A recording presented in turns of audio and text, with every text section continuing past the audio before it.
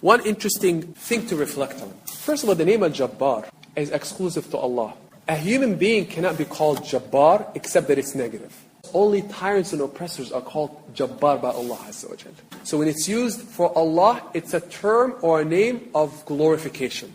When it's used on a human being, it actually refers to something bad about them. It's a censure of Allah. It's a criticism of Allah. It's a damning of Allah Azza wa Jal to that person.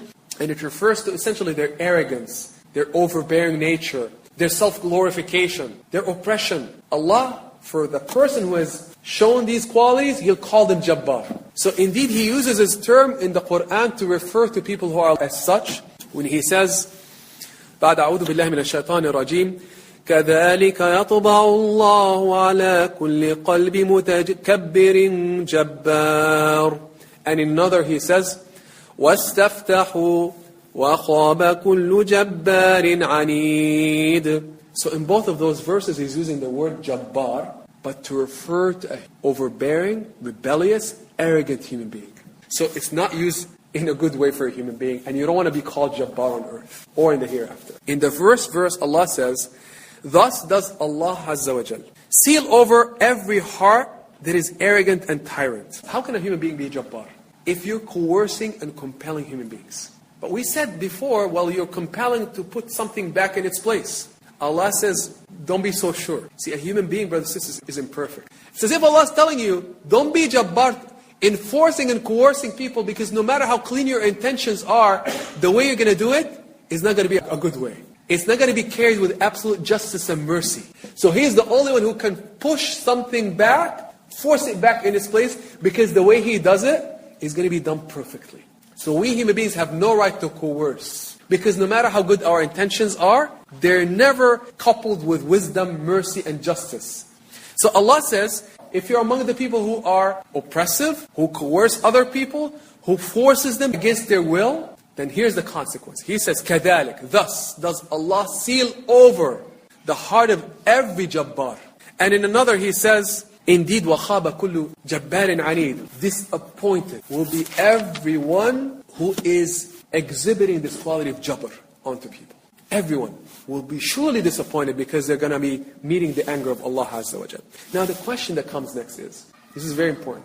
How many of us are thinking, well, I'm not like that. I'm not a tyrant or an oppressor to be coercing people or forcing them to believe things they're not interested in believing. We typically associate that with oppressors and tyrants. Now I want you to hear this next verse, to see that you and I might be actually Jabbars without us knowing. Listen to what Allah says in Surat Maryam, talking about Prophet Yahya.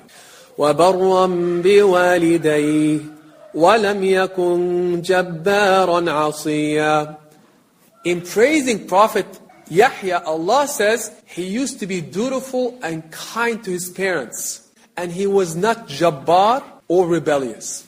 You notice the context? So we're not talking about a ruler here. He's talking about the treatment of Yahya to his parents, and he's saying he was kind to them and not Jabbar. What is he saying? You could easily be Jabbar in the way you treat your parents. If you're harsh to them, if you argue with them, if you cause them a tear, if you keep resisting what they ask you to do, you've actually now committed Jabbar. So this category that Allah spoke about, brothers and sisters, as the ones whose hearts will be sealed, who earn the wrath of Allah, are not just the tyrants and the rulers who are oppressive, but you and I, if we're harsh and unkind to our parents or people around us. Easily fall into this. So don't think we can escape this and we're assured. And Allah would not have used this term to talk about Yahya as being far from it, of course. He would not have used Jabbar. Why would He use it? To say, be careful. Pay attention to the hearts and souls of your parents and to those people who are around you. And don't be overbearing with them. You're actually committing an act of Jabbar with them. And that is among the acts that are most upsetting to Allah Azza wa Jalla and earn His greatest of wrath. And Allah's message is very simple. Be humble, be kind, be merciful. Remember who you are. You're a weak servant of Allah Azza wa Jalla.